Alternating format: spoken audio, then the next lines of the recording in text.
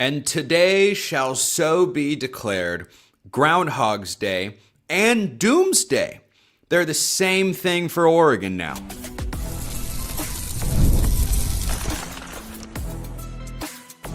You are Locked On Ducks, your daily podcast on the Oregon Ducks. Part of the Locked On Podcast Network, your team every day. Hey guys, how's it going? I think I know the answer to that question. That's what we'd call a rhetorical question, where I don't expect an answer. I can't really get an answer. I mean, you can leave comments if you're listening live. Yeah, that was a football game that happened. It took place. There were 60 minutes of regular game action. Okay,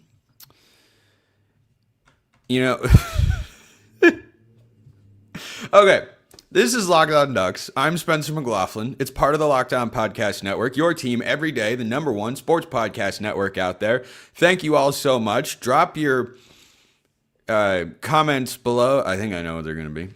But, yeah, boy, that wasn't good. This episode brought to you by our friends at FanDuel. This may shock you, but Indiana covered in the overhit. Oh my gosh, man. Embarrassing performance for Oregon. I mean, 56. Come on, man.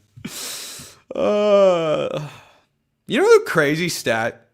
Dante Moore threw for 108 more yards than Fernando Mendoza in this game. Mendoza threw more touchdowns than he had incompletions. Does anyone want to answer how that makes any sense? It doesn't. Yeah. You know, at some level, I'm like searching, trying to find the positives. Oh boy, the comments are rolling.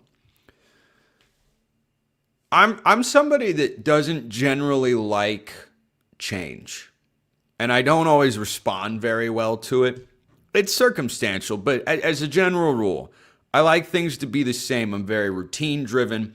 I'm very consistent in my approach to preparing for a show, for a broadcast, for a round of golf, for a shot in golf.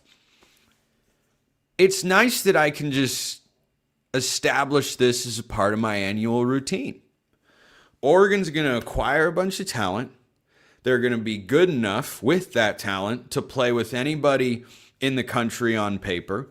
They're going to go through the regular season, and they're going to absolutely thrill us. They are going to win big games. They might even win a conference championship, and it's going to make you forget about everything that's happened in the past, and maybe this is the year. You'll keep asking.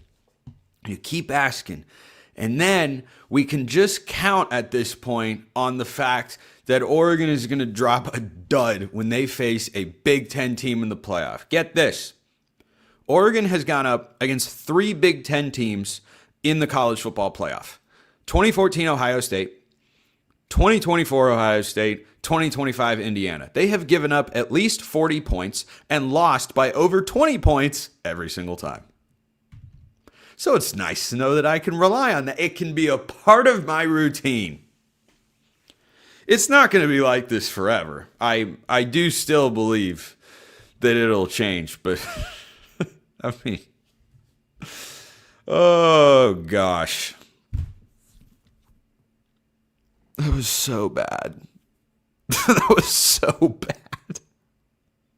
The first play of the game, I mean, you couldn't get a play into the game before it felt like it was over. Goodness. You know, it did feel like a game at the end of the first quarter. And you know what? That's an improvement from last year. And Oregon was in the semifinal, which is an improvement from last year. They won 2 playoff games. That's an improvement from last year. So there's improvement. They played 1 quarter of close football, and then Indiana said, enough of this. Enough of this. That was... Here's what I actually wanted to do in this first segment. I wanted to see, I want to test myself here. How many different vocabulary terms I can come up with for what Indiana just did to Oregon. 56-22. One more point than last year. Hey, one more. It's progress. I tell you what, you give it 10 more years to get to this spot, and Oregon will be over 30. Woo! They'll get there. We just got to give it time. So this was a demolition. This was a I'm going to keep a tally. Hold on. This was a demolition. This was a smattering. This was a blowout. This was a beatdown. This was a dog walking. I don't know how that makes sense, but it definitely does. I've used it before. This was a flattening. Indiana thrashed Oregon. Indiana annihilated Oregon. Indiana eviscerated Oregon. Indiana... I'm at 9. That's pretty good for less than a minute of time. What's another one? Oh, a drubbing. Drubbing. That's a good word. Drubbing. That's 10. This was a colossal beatdown. If I had a qualifier to a word that I've already said, does that count? It was a colossal. I'm going to say it counts because this is a game that I just made up. That's 11. This was a... Did I already say splattering? I think I did already say... No, I think I said smattering. I'm going to put splattering in there. We're going to make that 12. They were crushed. Oh, I gotta go simpler. They were crushed. They were creamed.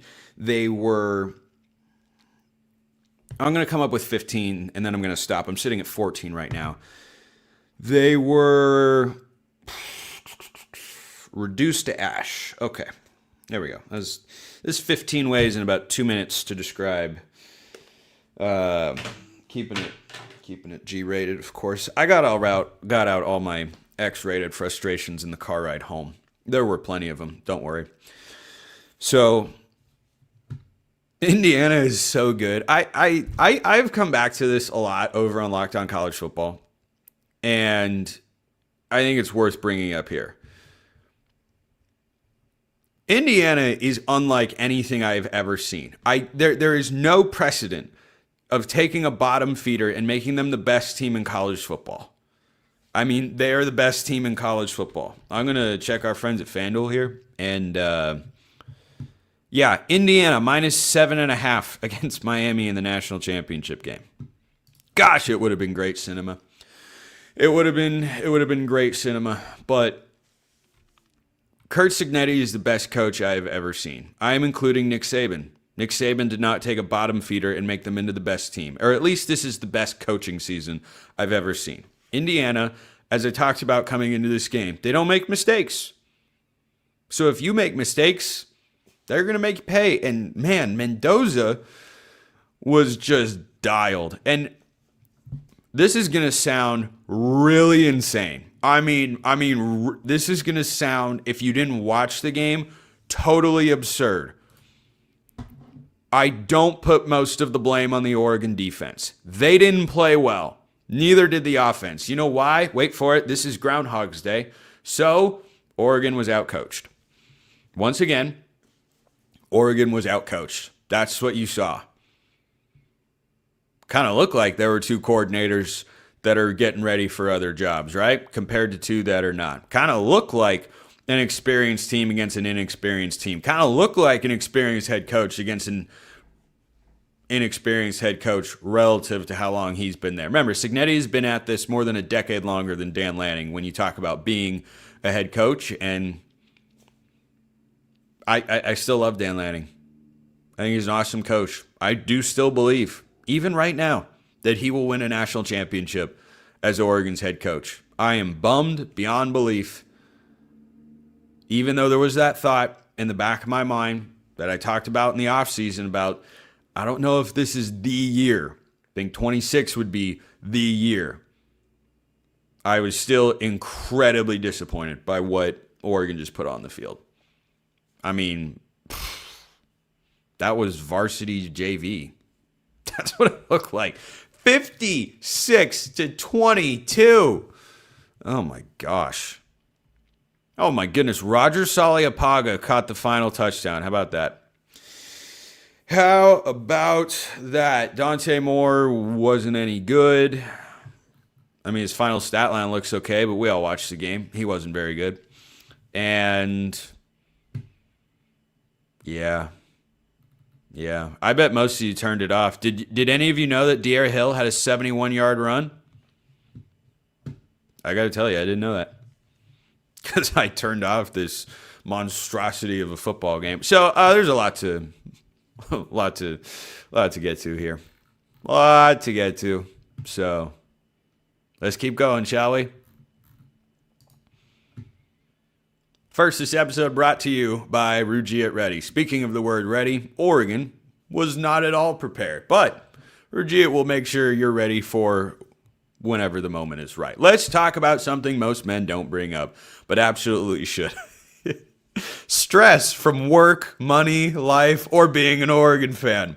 It doesn't just switch off at night, and when it shows up at the worst possible time, Rugi at Ready is designed to help you take back control. And Oregon lost control in this game. Rugi at Ready is a next-generation prescription treatment created to support both the brain and the body so you can feel present, confident, and ready when the moment matters. I just keep thinking about how these are antonyms of what Oregon was in this game. So you connect with a board-certified doctor online with Rugi at Ready. Everything ships discreetly to your door. It is easy to understand why over 150,000 men have already made the switch, and you can too. So if you've been thinking about taking the next step, now's the time. Head to rugiet.com/lockedoncollege. That's RUGIET.com/lockedoncollege to get 15% off your order for a limited time. So act now. Rugi at Ready. Feel present, feel confident, feel ready, unlike Oregon. Worst second segment sip ever. Incoming. No, it still felt pretty good. So, let's see. On the list of individuals that were just better on the Indiana side of things, Kurt Cignetti, better than Dan Lanning. Bryant Haynes, better than Will Stein. I actually forgot who the Indiana OC is. He's really good, whoever he is. Mike Shanahan, yes. Mike Shanahan. Mike Shanahan, better than Tosh Lupoi. So if your ire and rage is currently directed at Oregon's coordinators because they're going to be head coaches and they weren't diverting all their attention to this game, and boy, it looked that way in some respects, and we'll never know. They said all the right things and all that, but would they say anything else? If they were truly distracted? Nope. So we'll just be left to theorize on that one. Actions speak louder than words. Oregon's actions stunk pretty hard. So, yeah. Last year, Oregon fans had a legitimate gripe after you got past your frustrations with the actual team and coaching staff with the format of the college football playoff. No doubt about it. It needs to change. It's going to change. I hope that we get rid of long buys. I hope a lot of things. But once you get past the fact that Oregon's team just got soundly beat in every single facet of the game. I thought Sappington made the field goal. Of course, it came up 5 yards short. Why not? So once you get past that, you got a legitimate gripe with this college football calendar's messed up and it hurt Oregon here. Yep. No doubt about it. And nobody's been able to figure out the buy except Kurt Cignetti. I know a lot of coaches and several in a bunch of different college sports. A lot of them have, I don't know about a lot, but several that I know will have a background that says something to the effect of nobody cares, work harder. Oregon hasn't been able to do that. And it showed up in a big way in this game. It showed up in a big way in this game. So, should we talk about Dante Moore? I don't know that I'm fun trying to bury my pain with sarcasm yet. So, I want to make it very clear. I am not, and I don't think anyone should ever argue that, well, if Oregon had played a cleaner game, then guess what? It would have been closer, but they were losing that football game because the other staff is better. Groundhog's Day and Doomsday. Fun to link those two things together. Superman's ultimate villain and a Bill Murray movie. So, yeah, I mean, I can say a lot of the same things about this game that we said about the Rose Bowl last year. It was, they got out coached. They didn't look as ready to go. They didn't make adjustments in time. I mean, yeah, that was a pitiful effort. It was a pitiful effort. Oh, I didn't really finish on this thought earlier, and I should. So, yeah, Oregon's defense did not play well in the game, without question. Indiana's offense is incredible. I don't know how, if at all, really, you can defend perfectly timed back shoulder throws. Like, take the first third down conversion of the game for Indiana. They throw that back shoulder to Surratt, and he doesn't push it off this time. And Iffy, what do you know, is in perfect coverage. And he just squeezes the ball in a way that seems to defy physics. And on the touchdown throw to, what was it, got Charlie Becker, the 36-yarder, he beats Finney off the line, but then Finney recovers, and he's in position. It's an incredible throw and catch. And I'm just sitting here going, man, Oregon ever going to have a team like that? There's been a consistent theme with the teams, two themes, with the only games Oregon has lost in the last 3 seasons. And on the one hand, this is a testament to Dan Lanning. On the other hand, there's that one blueprint that he has not been able to get past. If the other team, and it's certainly hard to beat them, but I've seen other teams do it, if the other team has got an NFL caliber quarterback, or really just a good quarterback, because Will Howard I don't think is doing much in the NFL, if they've got NFL caliber receivers, Oregon can't win the game. They did it against Ohio State last year, so that makes them 1-5 against opponents that line up and show you that type of offense. Indiana twice, Washington twice, Ohio State once. All of those teams have gone on to play for a national championship, and they have all had elite receiving corps. And Oregon hasn't been able to stop them. And that's got to come back to the coaching staff at some point. Because, man, they just, I don't know sometimes what you're supposed to do. I do know these other teams also build offenses like that, and it's not the way Oregon's offense is built. And those teams don't seem to get stopped in these matchups because when push comes to shove, if you can create a one-on-one and win it 75% of the time, well, not only can you create explosives that way, you get the ball out of your hands and neutralize the pass rush. Oregon is never getting consistent pressure in any of these games, even though their defensive line is littered with NFL talent. Because guys are getting the ball out and they're chucking it down the field in less than 2.5 seconds, which is about what it takes usually for a good pass rush to get home. Nasir Wyatt made the only sack of the game for the Ducks. I thought Mendoza was about to Houdini that thing.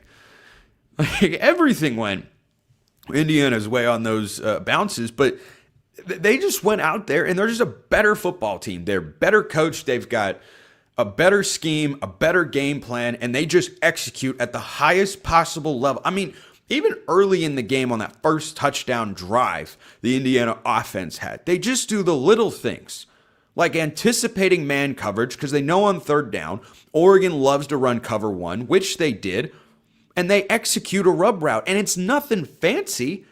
The tight end isn't a huge prospect or anything, but Surratt, without committing offensive pass interference on the play, which he didn't, just kind of grazes by Bryce Betcher, creates enough separation. Mendoza identifies the coverage at the snap, knows that that's happening, and gets the ball out on time on target. That is just great game plan and coaching and execution, and that is what Indiana was better at than Oregon. Full stop. So we know what Oregon has to be able to get better at.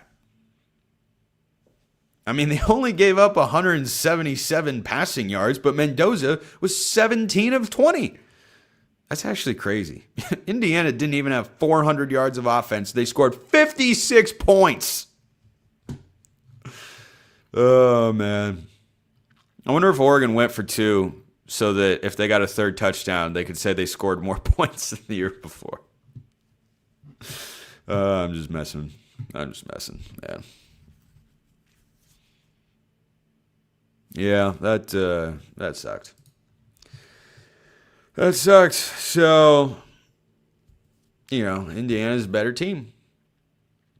The only thing that Oregon hasn't been able to do, the only thing, is in the playoff beat a team that's going to play for a national championship.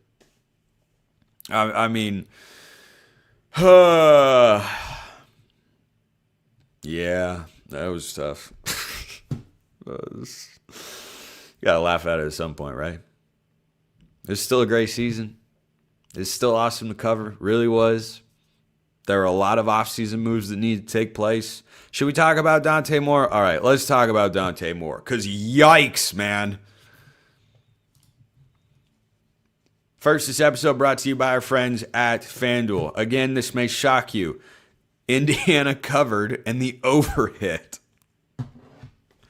And again, I don't even think it was Oregon's defense that was as much of the problem. They didn't play great, but man, the offense gave Indiana starting field position inside the 23 times.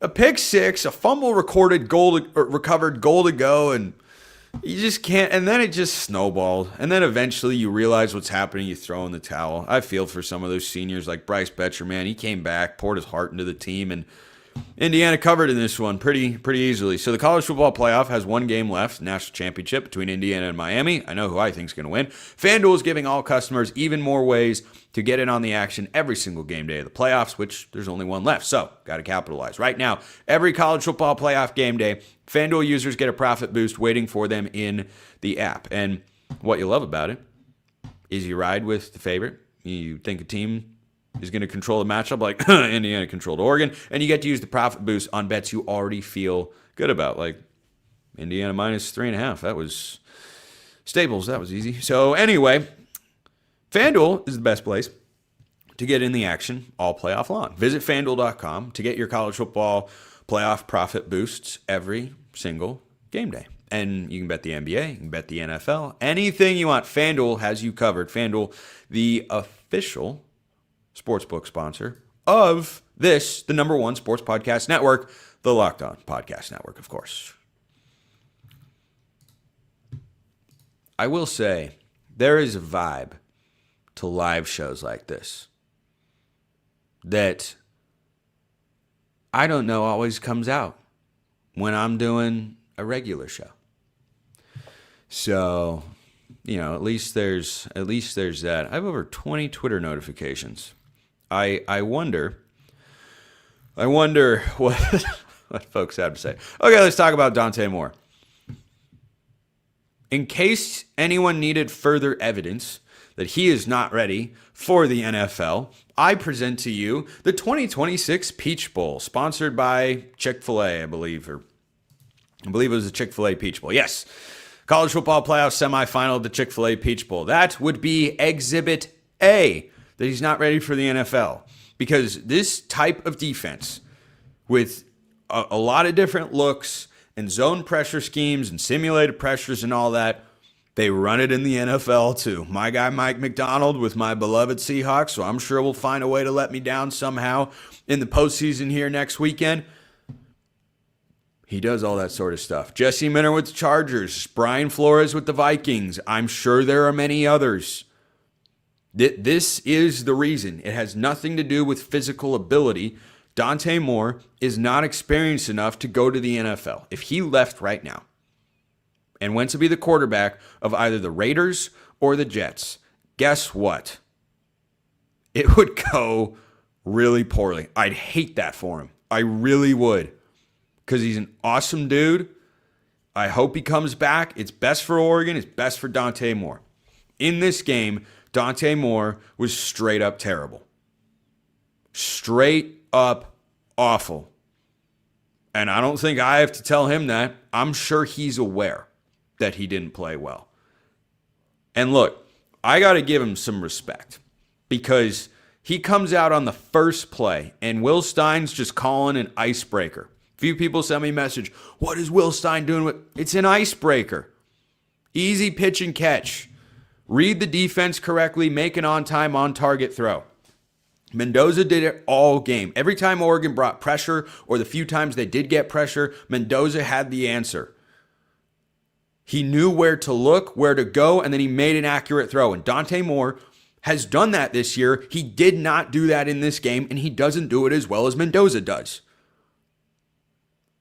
And so D'Angelo Pons is off enough to where you can throw that out route. And mechanics, or just a bad throw, I don't know, attribute it to whatever you want.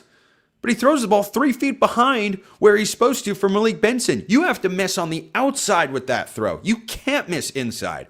If it's an incomplete pass, you go again on 2nd and 10. But D'Angelo Pons, their best corner, makes a play on the ball. And then Dante Moore did what? Came back and looked like the dude who some have predicted to go number 1 overall in the NFL draft. Slicing and dicing, seeing things well, getting the ball out on time, and making big-time throws. That first touchdown to Jamari Johnson, beautiful. Great blitz pickup by Noah Whittington. I was concerned, as were many coming into this game, with the simulated pressures that Indiana ran in the first game. I thought Oregon handled them very well. Indiana sacked Dante Moore 3 times in this game. 3 times. I'm trying to think of each sack off the top of my head. One of them was a pressure sack. Okay, they're a good team. That's going to happen. One of them was a coverage sack. I feel like 2 of them were coverage sacks. Well, actually, hold on. One of those sacks would I believe have been the strip sack and fumble recovery, which was also more of a coverage sack. Oregon's offensive line, which, by the way, we saw in this game, not as good as Indiana's. Darn good. Finalist for the Joe Moore Award, and deservedly so. They were not the problem. Alik Terry and that group made their adjustments. Were they perfect? Of course not. The 3rd and 2 handoff to Jay Harris, a freaking disaster between Alex Harkey and Dave Ewley. They whiff on the defensive lineman, run into each other, and 3rd and 2 turns into a punt. Yeah, I caught myself a little bit there. But I think that aspect of Oregon from the first game to the second improved the way it needed to. Part of the problem that happened in this game is Dante Moore wouldn't always let the ball go, and he held on to it for too long. This is something a lot of young quarterbacks struggle with. Depending on the play and concept that's being run, most are designed to be 1, 2, 3, ball is out, or it's a check down. But Dante Moore, he didn't do this. We talked about the 4th and 2 against Texas Tech. He had another opportunity to take a one-on-one shot down the field with Malik Benson. Instead, he held it and he got sacked. They weren't getting confused by the pressure schemes this time around. They were prepared for it. And you got to tip your cap to Dante Moore, the O-line, and Will Stein. They did way better with all of that stuff. And the running back is certainly important in that. And with what Oregon dealt with at the running back position, kind of incredible that they did. But guess what? There were times, one in particular, but I've seen this from Dante Moore before, where he's got an opportunity to take a shot down the field, and he hesitates and holds the ball. Did you see Mendoza do that one time tonight? No. He trusts his guys to go up and make a play. And they were diagramming it on the broadcast. Benson's running a deep post. The corner turns him loose. The safety's got responsibility. The safety's in a good enough position, but it's a one-on-one down the field. I'm watching Indiana win these one-on-ones down the field all the time. You got to be able to trust your guys. It's those sorts of things. Missing in the wrong spot, not pushing it down the field, not getting the ball out when you have the opportunity to. That's what separates Fernando Mendoza from Dante Moore. I think in the long run, Dante Moore could wind up being a better quarterback than Fernando Mendoza. But he's not right now because he doesn't know everything that Mendoza does because he's not as experienced. And it's why he should come back and play another season of college football. Again, that's just one play. And then oh my gosh. Again, why I feel like the defense, I didn't think they were ill prepared. Indiana made some plays. They're a great offense. You know they're going to score. But think about the first quarter and how this all got really going poorly. Oregon throws a pick six. Well, that's not the defense's fault. Then the offense responds. Then the defense gives up a drive. That is the defense's fault. Against a great offense, though, it's going to happen. Then they get the stop. Shout out Nasir Wyatt, who I think is going to be awesome in the coming year. He already is awesome. Legitimate weapon for the defense, and he's not going anywhere. True freshman. Dude's a stud. So Oregon's defense then forces a punt, and then the offense just implodes. And Dante Moore and Dare Hill can't handle an exchange. It's the second time in as many games that Dante Moore fumbled an exchange with a running back. You don't see Mendoza make that sort of mistake. Dante Moore is a great player. He just had a great season. He just won 13 games, got Oregon to the national semifinal, furthest they've been as a program in the college football playoff since 2014. Those are the things that he is missing. And if I were advising him, I'd say you are better off learning that at the college level than trying to figure it out on the fly in the NFL. He was not the entire reason that Oregon lost. He was a big reason. Those two plays, there's your game. It's 21, by the way, third down and goal. I just want to go back to something I pointed out going into this matchup. Win the rushing battle. Oregon did not do that. Protect Dante Moore.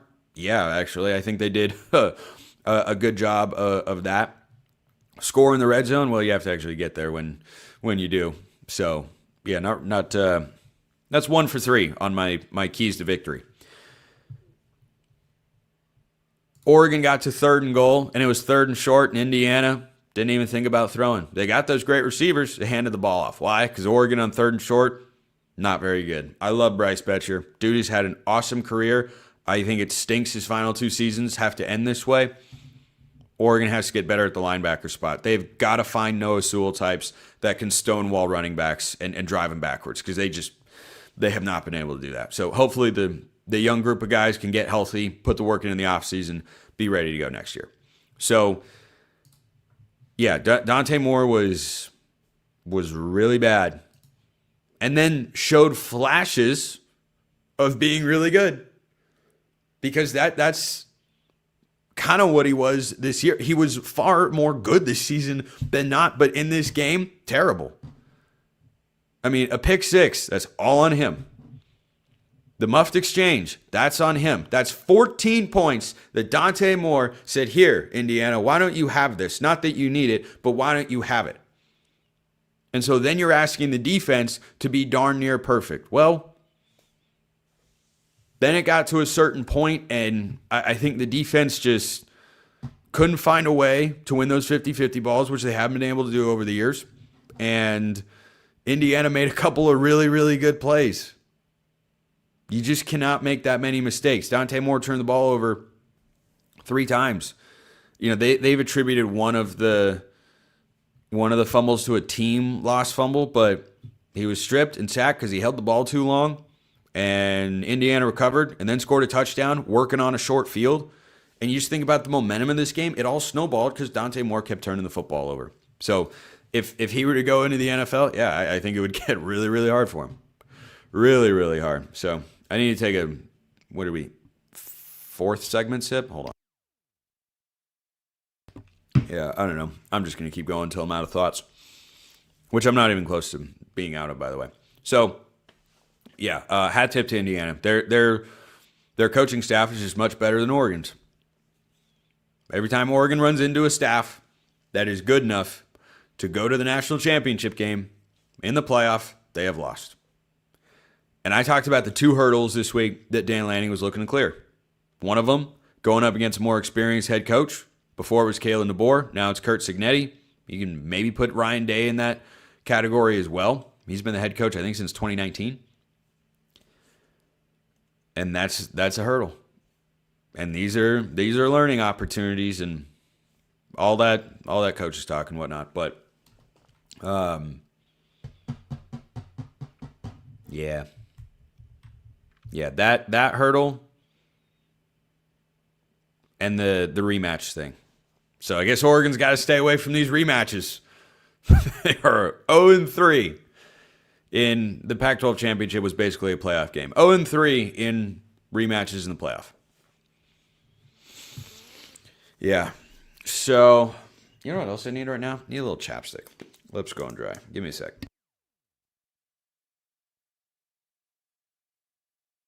Whatever it takes to keep me going on the live stream. We got almost 1,000 people watching live right now. Appreciate you guys being here. We have hit over 1,000, which I don't know, maybe it happened last year, but anyway. So I want to, obviously I'm mostly talking to Oregon fans, but I'm sure people from all over the place are finding this particular show. So specifically to Oregon fans, I'll tell you how I was really feeling, like right after the game when it all happened. Tell you right after this. Good reminder again, this episode brought to you by our friends over at FanDuel. If you think Indiana is going to roll Miami in the national championship game, they're minus 7.5. It's right there. It's over at FanDuel.com right here, right now. Go for it. You've got prop bets, point totals, money lines, point spread, everything you want. Futures bets. I wonder if, let's see, and the only futures they've got up for win totals right now are LSU and Virginia Tech. A couple of big coaching hires, 9.5 and 7.5 for those of you that are curious. If you think Lane Kiffin is going to bomb and go 8-4 in year one, then you take under 9.5. If you think he's going to thrive and go over, maybe you take over 9.5. I wonder what Oregon's win total will be, because their schedule next year is significantly tougher than it was this year. And you know what? Let me just pull it up real quick. We got time. This show's not ending anytime soon. Boise State at Oklahoma State, Portland State. Those are the first three games. At Illinois, at Michigan State, Michigan, Nebraska, Northwestern, UCLA, Washington, at Ohio State, at USC. Yeah, I bet that win total will be 8.5. That'd be my guess. But FanDuel will have it at some point, so however you feel about it. You can check them out at FanDuel.com. They've got all sorts of stuff. College football playoff profit boosts, the NBA, NFL, FanDuel's got you covered. Check them out at FanDuel.com. So, Oregon fans, let's have a heart-to-heart. Number of times that I said to myself or someone who I was talking to when the game was unfolding or after it was finally over was, I am tired of this you-know-what. This G-rated show. So, Oregon had a great season. No other way to see it. They were in the Final Four teams. It just had another disappointing ending. And like many of you, I am tired of waiting. I know that it's hard. I appreciate the time that goes into it. And I know that it's just so incredibly difficult, and other teams are trying to, and other teams have got really good players and great coaches and all of that. But yeah, I was pretty dejected when this was all going down, like the same thing as last year. And it's just add another one onto the mental pile of it'll be worth the emotional payoff when it does happen one day. You'll remember these moments and you'll flush them all out. But yeah, I don't know how long we're going to have to wait. I don't. I think they could have a great chance in 2026. And as I'll start diving into heavily on Monday's show, there are transfer needs that they will have. And we'll dive into what the roster will look like and how they can get themselves ready. And there are NFL decisions for guys like Dylan Thieneman. I can't imagine Kenyon Sadiq comes back. Maybe you could get Amari Washington to come back. Between Mateo and Tatum, there are big names floating out there. Getting Poncho back is huge. Getting Bear Alexander back is huge. And that's all great and good and fine. And there's another talented crop of true freshmen coming in. We'll see if, they have the same number of contributors as this year's class did. I mean, I really feel like this year's true freshman class, I actually had a mailbag question about this. It is among, if not the most impactful, true freshman class in program history. When you think about Dante Moore was Oregon's leading receiver before he got hurt. By the way, did he have a catch in this game? He didn't. Oh, yeah, he had 2 catches for 28 yards. That'll be an offseason topic, how Oregon can get him more involved in the offense. But anyway, where's it going with that? Oh, yeah, right. So Dante Moore was leading them in receiving yards till he got hurt. Naeem Offord's been a regular player on defense. Brandon Finney is Oregon's best corner. Keep going down the list here. Nasir Wyatt had Oregon's only sack in this game. Dier Hill, Jordan Davison.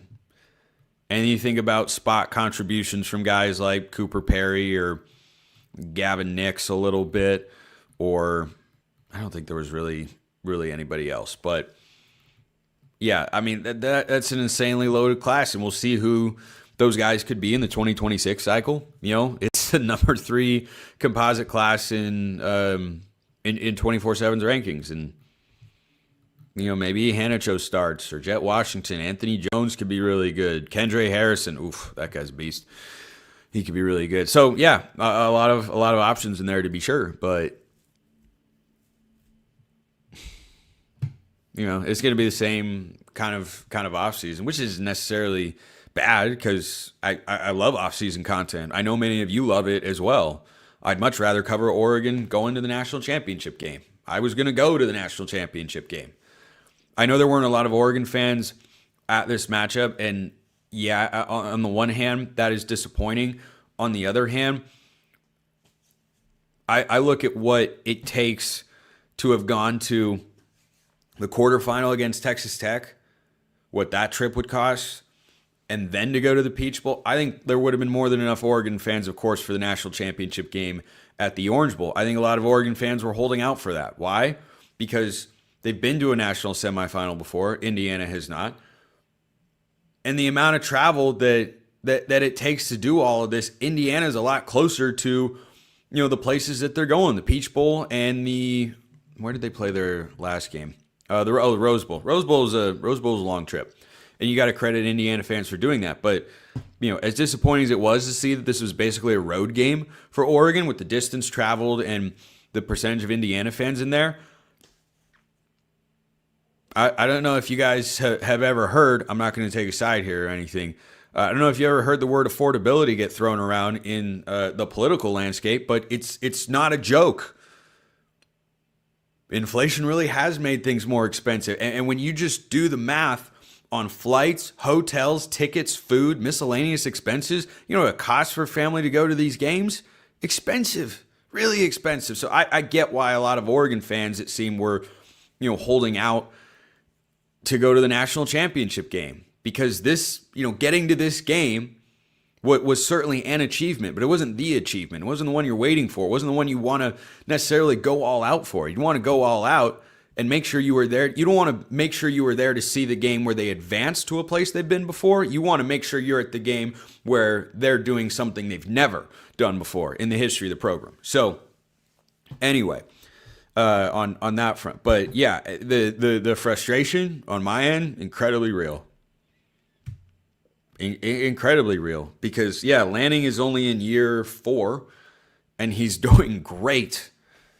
And they have gotten better and gotten further every single year. That's legitimately a great sign to see. They continue to win on the recruiting trail, so you know they're going to put together rosters that are capable of getting them here. He and his staff just have to get better. That's what this comes down to. It's what it came down to last year. It's what it came down to in this game. Indiana does not have as much NFL talent as Oregon does on their roster. Ohio State was a team they'd already beaten, but they didn't have the right game plan or the right adjustments last year. It's 2 straight big games against the Big Ten for Dan Lanning. That's the next hurdle. That's the next thing he's got to get past. That might hang over his head, that he might get asked about at media days or in scrums or anything like that, that maybe he'd get annoyed with, but you can't go in any other direction because it's all that there is.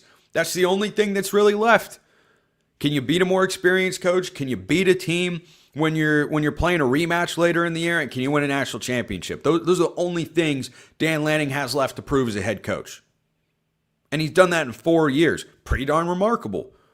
The frustrating thing for Oregon fans is we've been waiting for that national championship season that we have felt like has been possible on more than one occasion for over 2 decades at this point. And I just kept asking, just to myself or to others, like, how long is it going to have to be? I do truly believe that it will happen. I am not gaslighting you here. As those of you who sent me a message about picking Indiana to win this game, no, I didn't think it would be like this. I mean, my goodness, that was bad. But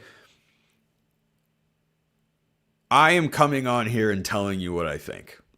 If you don't like that, that's fine.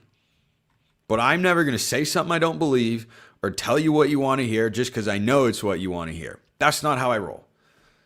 So when I tell you that I legitimately believe Dan Lanning will win a national championship as Oregon's head coach, as long as he continues to stick around, and I believe he will, I'm being honest in that. But am I frustrated that this is the result again? Am I frustrated that we as Oregon fans have to wait another year? Yes, 100%. It is wildly frustrating. Watch Indiana, who's been good for an hour, and they're favored by over a touchdown to win the national championship. It feels like you watch a team like that and you go, boy, seems like you skipped the line a little bit there, Hoosier fans. Well, they're just better. Well, Ohio State was just better. Well, Washington was just better. They were. And Oregon was better than everybody else that they played. And that's something to be celebrated and enjoyed. But it gets a lot harder to enjoy those wins. It gets a lot harder to be excited about anything that happens during the season when this continues to be the result at the end. And you're only chasing one goal. There's only one thing that will truly invigorate the Oregon fan base. And gosh, I hope that it happens while I'm hosting the show. Just to be clear, I have no plans of going anywhere. So I'm gonna give it a try. But man, I don't know how many people would watch a reaction show. I'd be down for it. That'd be a fun time. Over 1,000 people are watching live. I don't know how many people have watched, but just removing the professional aspect. From the time I was a kid, I've wanted to watch Oregon win it all. And I remember all of those moments, and it sucks that this is another season that had so much promise, so much hope, and potential. And it's another one that goes onto the emotional pile of, well, it'll make it feel even better when they do win. Yeah, well, I've got plenty of those. You've got plenty of those. We don't need any more to get this giant catharsis. It's like, when is this going to happen? And the part that sucks for Dan Lanning is he has done an awesome job over the last 4 years. On-field results, off-field results, his progression, excuse me. Sorry, I called a gymnastics meet earlier tonight, so my throat's a little warm. But Dan Lanning has done nothing but continue to get better. He has made Oregon better in his time. He's in year 4 as a head coach. In the grand scheme of things, it's actually not a very long time to have been a head coach of any program at any level. But that cloud is going to keep hanging over the program as long as Oregon hasn't won it all, because Lanning is still newer to this fight than a lot of Oregon folks out there. And yeah, back in the day, Used to be different. Used to be going to a bowl game was fun. The Holiday Bowl was a big deal. Rose Bowl in 94. Oh my goodness. Oregon just played in the Orange Bowl, and people are going to very easily forget that. I'm not going to let you forget that. Because that was an awesome game. That was a great day. Gosh, I loved watching that game. I mean, after the first half, of course. But defensively, it was the best big game performance Oregon has ever had. And then they come out with, statistically, the worst one with 56 points allowed. But, when the offense just hands a bunch of points in bad field position to the defense, not exactly playing complementary football there.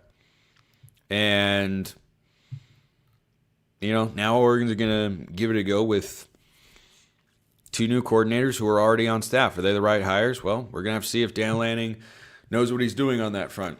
And I tell you, the flip between Will Stein and Tosh Lupoi in the last year, from a perspective and narrative standpoint amongst Oregon fans, has been pretty severe. I mean, Stein was the one in the big games in the 23 and 24 seasons that was delivering. And then this year, it was Tosh. Texas Tech, Penn State, Iowa, Washington,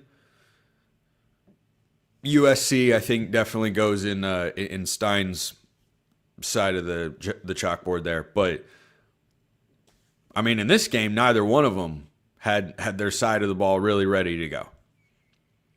I mean, Indiana, obviously much better team than Texas Tech, but you came out, got a 3-and-out, made a statement in that game, got things rolling in your direction, and the offense couldn't go. But I mean, the offense was so disconjointed outside of the second drive. And look, I don't even know if I can put that on Will Stein. Like, Dante Moore makes a poor read, maybe an average read at best, and a horrifically bad throw. Is that Will Stein's fault? Or did Dante Moore just make a bad play? And then Will Stein came back when Oregon had to have it, and his team marched right down the field. And Dante Moore made the throws and made the plays, and they converted third downs. Man, it was good. I had real hope at that point. And then Indiana came out. Tosh didn't have that side of the ball as ready as they needed to be. So let's hope Chris Hampton can be better. Let's hope that Drew Maringer can be better. But, yeah, I'm like many of you, tired of waiting. But I don't know. I think I'm starting to get numb to it. I reached that point about midway through the second quarter where I was like, oh, this is the same thing. So this is just the way this works. All the promise, all the potential, all the hope, all the possibility in the world, and then nope. Just gonna not show up in the biggest game, I guess. So pretty discouraging. Pretty discouraging.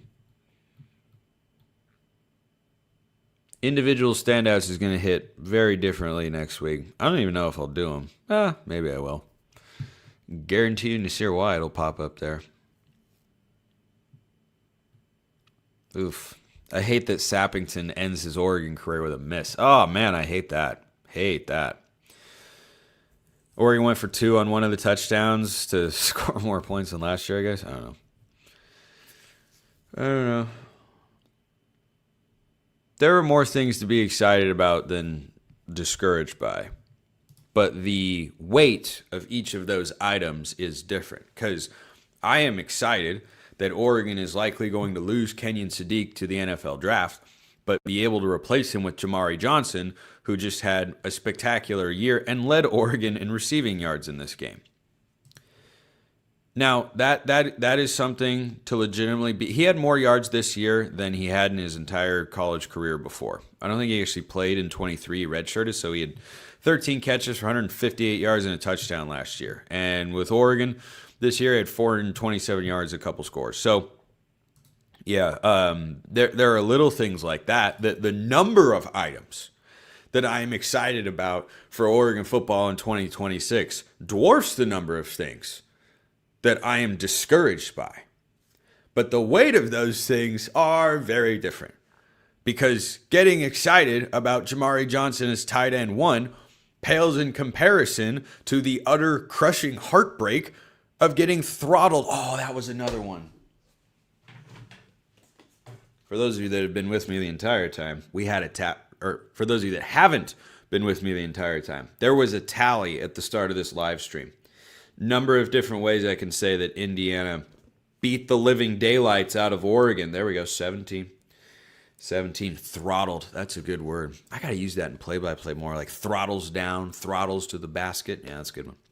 That's a good one. So, I got to shout out, who just dropped that comment that I just saw? It said walloped, and then it went, oh, there it is, Sam. Nice one, Sam. Walloped.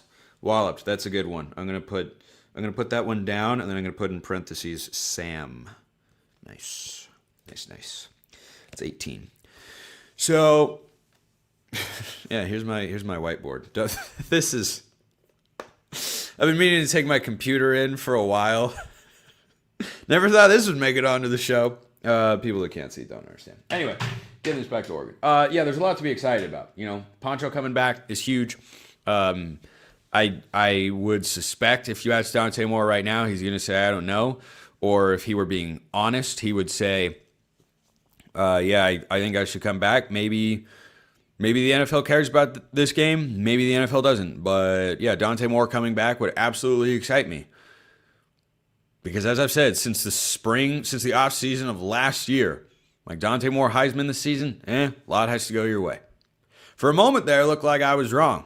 Took a little flack for that. I don't know where you guys went, but Dante Moore was not a Heisman finalist. Next year, though, absolutely could be. I'd gas him up in that regard because he'd have that sort of potential. He's going to have that level of weaponry around him. Jamari Johnson, DeCorian Moore, Jeremiah McLaughlin, 2 5-star receivers coming in. So I'm excited about the prospects of all of that. I'm excited to have another year of Jordan Davison and De'Aaron Hill. I'm excited about Jamari Johnson. I'm excited to see if the linebackers can really take a step forward as a unit. Excited to see what they do in the secondary. They've been tied to guys like A.J. Harris and Coy Parrish from Penn State and Minnesota, respectively. They could have another really talented group. And Oregon had one of the best pass defenses in all of college football this year. But they still have that next hurdle to go. And that comes to attention to detail and coaching. And it'll be Chris Hampton's time to be able to showcase what he can do as a defensive coordinator. But Tosh did a great job this year. It's why he's going to be Cal's head coach. The defense was great most of the year. The offense was great most of the year. They just happened to both show up and stink against Indiana because the Indiana coaching staff is better. But yeah, a lot of things to be optimistic about. That's what I'm trying to end this live stream with because, yeah, I mean the game just completely and totally stunk. Again, and that outweighs everything. But I'm trying to be Captain Optimism here. For Oregon fans, I'm going to appoint myself in charge of morale.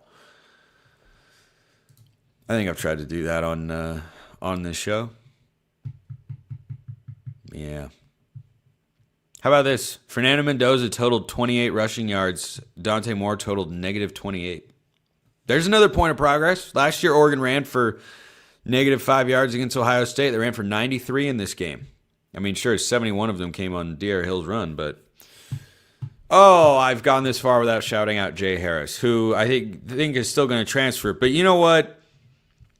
Jay Harris did everything you could have possibly asked him to do. 3 catches for 32 yards, 16 carries for 35, not great, but he didn't always have anywhere to go. Had a couple solid runs. I want to shout out Jay Harris. Noah Whittington wasn't 100%. He actually didn't record a carry in this game. I think the broadcast said he was dealing with turf toe, which, why not? Would that have helped? Yeah. Would it have solved all the problems? No.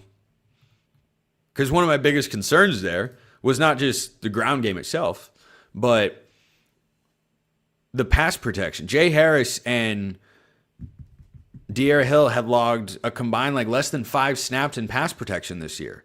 It had always been Jordan Davison and Noah Whittington. And Whittington was in there for the touchdown. Those are the sorts of things that in a game like this are supposed to define it. And, well, obviously it was about a lot more than that. Bryce Betcher went out with a bang. 11 tackles, 1 TFL, a pass breakup. Aaron Flowers had 6 tackles. He had a rough day in coverage. Rough day. I don't know why he was on receivers so much.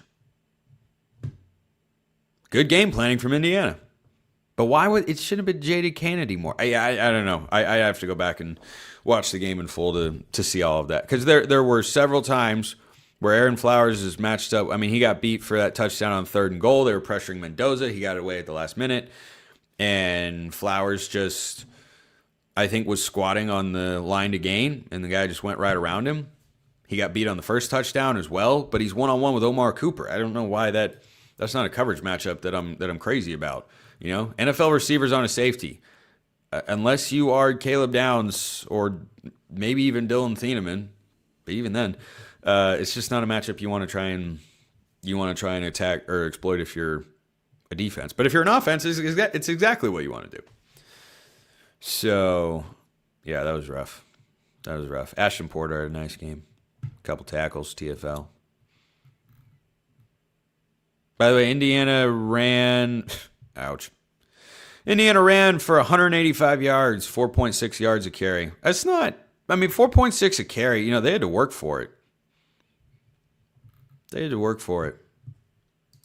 Yeah. All right, well, gone for over an hour by myself. My voice is not giving out. I've been able to replenish myself with various sips throughout the show. But, mollywopped. I don't even know where that comes from. Yeah. That was a beatdown. I think I'm done talking about it for now. But I'll be back on Monday. Stay daily, all off. There's a lot for Oregon to do. They can put themselves right back into this position. Here is leader of morale. Ending the show with this. Oregon can be right back in this position and can get past that point and make the national championship game next year if they make the right moves in the offseason. It starts with Dante Moore coming back. I think you need a couple of the outstanding NFL draft decisions to be returning to college football.